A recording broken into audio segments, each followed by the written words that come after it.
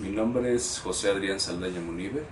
Yo trabajo en el Departamento de Investigación en Ciencias Agrícolas del Instituto de Ciencias de la Universidad Autónoma de Puebla. Bueno, ¿nos podría decir cuál es su definición de suelo? Mira, la definición de suelo es un poco compleja. Primero porque hay que entender en términos generales cómo se origina, ¿sí? Entonces la primera parte de la definición de un suelo es que tiene un origen mineral, ¿sí? Porque parte del intemperismo de la roca. Y esto genera una serie de condiciones en el suelo que permiten que tenga cierta porosidad para almacenar humedad, para que se acumulen algunos orgánicos, de tal manera que la actividad de microorganismos generen una serie también de propiedades alrededor que permiten lo que sería la disponibilidad de CO2 para llevar a cabo la fotosíntesis y que haya una interacción muy cercana entre lo que serían las plantas o los organismos vegetales como el inicio de una cadena trófica que alimenta mayor número de organismos. Entonces voy a simplificar la definición y sería la capa más externa de la corteza terrestre, en la cual se conjuntan materiales orgánicos e inorgánicos que en su dinámica, al transformarse, generan propiedades adecuadas para el crecimiento de inicialmente vegetales y organismos en general. Ya que nos mencionas lo de la materia orgánica, ¿qué importancia tiene esta materia en el suelo? Bueno, la materia orgánica es un indicador de calidad, puesto que habla de una relación mucho más interesante, en el sentido de que la materia orgánica, al incorporarse al suelo, proviene inicialmente de los organismos que están en la superficie, que empiezan por cumplir ciclos y mueren, y al morir incorporan esa materia orgánica al suelo, ¿sí? Es decir, todos los residuos de estos organismos pasan a formar parte del suelo. En el momento en que se incorporan, empiezan a generar una serie de propiedades aptas precisamente para la dinámica que tiene un suelo. ¿Cuáles? Pues la materia orgánica lo que hace es retener humedad cuando está presente. Al final, una serie de compuestos orgánicos como lactatos, oxalatos, que son sales que pueden también atrapar a ciertos iones, o las mismas cargas por radicales OH, carboxilo y demás, generan que la materia orgánica permita hacer un intercambio de iones. Entonces esto a la planta le sirve porque todos los iones que son liberados a partir de la descomposición de la roca y la descomposición de la misma materia orgánica sirven como nutrientes para su desarrollo. ¿Cuál sería la principal función de la filtración del agua en el suelo? Bueno, la principal función de la filtración, como me lo preguntas, es la filtración.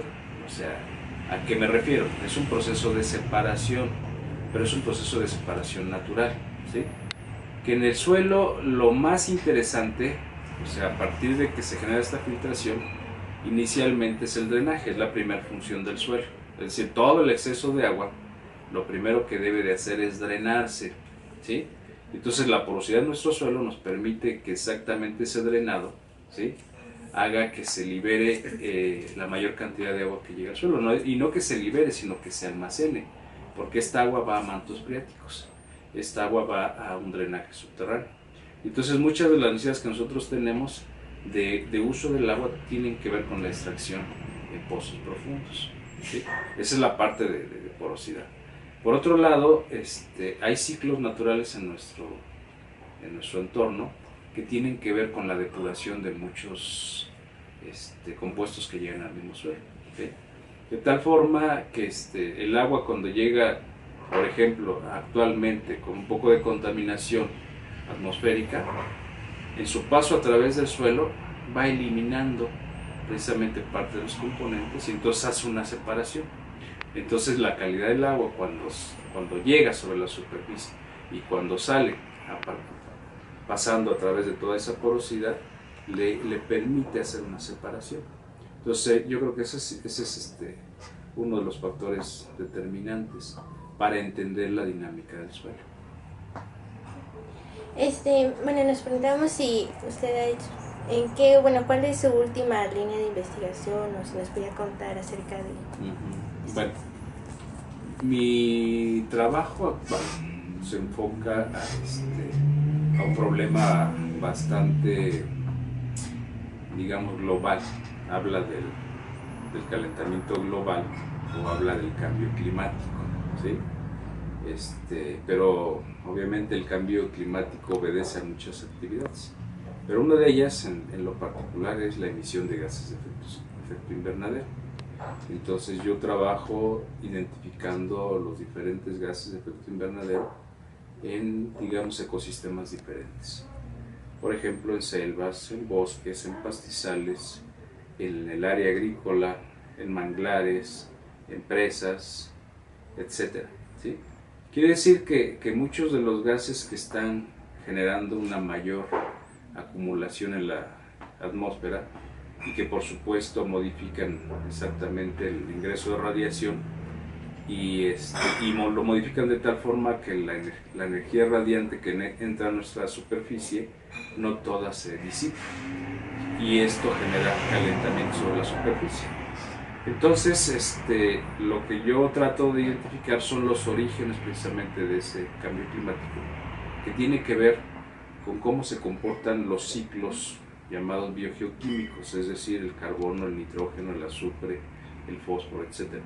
Entonces hay que revisar, por ejemplo, dentro de las actividades que nosotros realizamos diariamente, ¿sí?, qué cantidad de residuos orgánicos estamos desechando a nuestro entorno, ¿sí? Entonces cuando yo libero muchos orgánicos en forma de residuos, de basura, de desechos, etc., estos en el entorno se transforman, ¿sí?, por una serie de reacciones y hay que entender cuáles son esas reacciones. Pero lo interesante es que, por ejemplo, todos los residuos orgánicos son compuestos de carbono. Entonces, al transformarse bajo ciertas condiciones, puede hacerlo en condiciones tanto aeróbicas como anaeróbicas. En condiciones aeróbicas está como resultado el dióxido de carbono y en condiciones anaeróbicas está como resultado el metano, ¿sí? Y el caso del nitrógeno igual, el nitrógeno también al formar parte de la materia orgánica como constituyente de proteínas y de las proteínas que están hechas de aminoácidos, el nitrógeno siempre es liberado, ¿sí?, de tal forma que de acuerdo a las condiciones que en ese momento permanecen en el suelo, van a ser condiciones de oxidación o reducción y vamos a identificar, por ejemplo, a compuestos nitrogenados como el amoníaco, ¿sí?, en condición de reducción, que lo que va a hacer es formar un gas que sale directamente a la atmósfera y que interviene en una serie de reacciones en la atmósfera para transformarlo en nitratos, etc. Y como respuesta, tal vez combinado con el agua, ácido nítrico, lluvia ácida. Este es uno de los ejemplos. Y el otro, por ejemplo, el mismo nitrógeno, al estar en forma oxidada, ¿sí?, puede ser el nitrato dentro del mismo suelo, ¿sí?, pero si en el suelo tenemos otra serie también de condiciones que propician la ausencia de oxígeno, por ejemplo, la compactación cuando se usa maquinaria agrícola, hace que se forme un producto intermedio, que es el nitrito, más que el nitrato. Y ese nitrito resulta tóxico para muchos organismos. Entonces, tenemos problemas en la parte ambiental serio, porque hay compuestos que se van a la atmósfera directamente, promueven que el efecto invernadero se incremente, y entonces estemos padeciendo lo que nosotros ahora actualmente vemos como normalidades climáticas, o esas variabilidades, ¿sí? Hay días que, por ejemplo, tenemos todas las estaciones del año, ¿no? El frío, el viento, el calor, la lluvia, ¿sí?, que son, digamos, comportamientos atípicos de nuestro clima. Entonces, para que podamos poner un poco de orden en este tipo de problemáticas, hay que estudiarlas de fondo. Y entonces mi papel fundamental es tratar de identificar, primero, que haya producción de esos gases de efecto invernadero, y segundo, que busquemos un poco la forma de cómo mitigarlos, ¿no? Esa es la intención, o sea, no solamente saber que existen, sino qué hago para poder remediar esta producción y emisión. Y hablando de cómo remediar, ¿cuál sería como una buena técnica, no sé, de... Bueno, una estrategia, se les llaman estrategias de mitigación, porque lo que hacemos es, primero, en base al conocimiento, evitar que estos gases se sigan produciendo, ¿no? Y no es nada más, pues pongo una tapa y evito que salgan. No, o sea, lo que debo de entender es que hay toda una dinámica. Relacionado con lo que nosotros hablábamos inicialmente, la presencia de la materia orgánica es fundamental, ¿sí?